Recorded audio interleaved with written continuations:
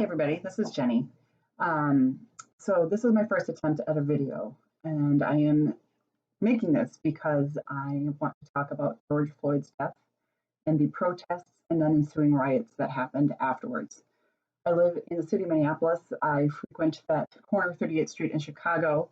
I go through there. I've biked that street on my way to and from work, and this hit home, close to home for me, not just because it's geographically close, but because I have felt for a long time the impact of the racial injustice in our country, but did not necessarily know what to do with it.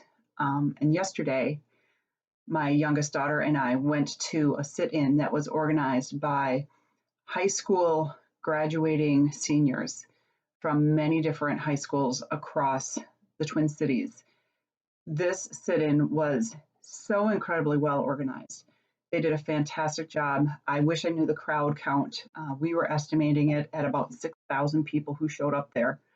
I can't imagine being 14 and 15 years old and talking to a crowd of thousands of people about something that affects you so greatly, but that's what they did for 4 hours or 3 hours. There was spoken word poetry, there were chants. They had a couple of speakers come from activist groups in the area talking about the injustice. What they made clear was this is an injustice. One of the spoken word poetry was talking about people who show up to events like this. I'm going to guess that the crowd was 50-50 white and black, or even 60 white, 40 black there.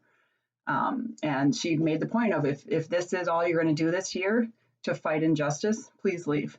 If all you're going to do is post on your Instagram that you are here and say you support Black Lives Matter, please leave. We need people here for the long term and make change actually happen.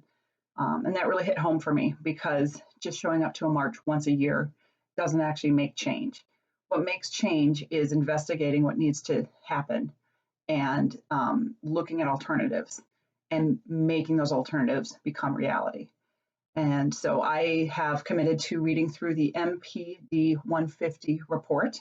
You can find the report yourself, the full PDF of it, on their website, mpd150.com. This was taken on by a group of organizers and activists and researchers who researched the 150-year history of the Minneapolis Police Department. They did so in 2016 and released the report in 2017, which was the 150th anniversary of the police department being formed. So I've digested the first third of it. I spent a couple of hours this morning doing that. That will be my next video. But my first introductory thing that I wanted to say is that I am white, obviously.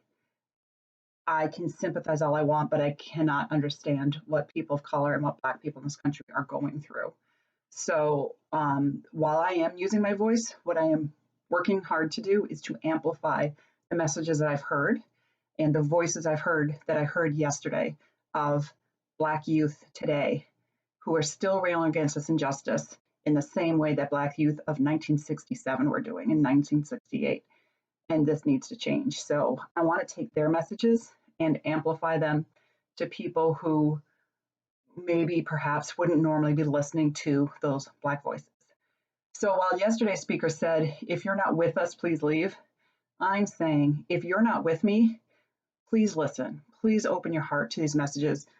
Please come with an open mind. Consider the things that you've been taught and the way your culture works around you, and think about things a little differently. So that is what I'm asking as we start this journey.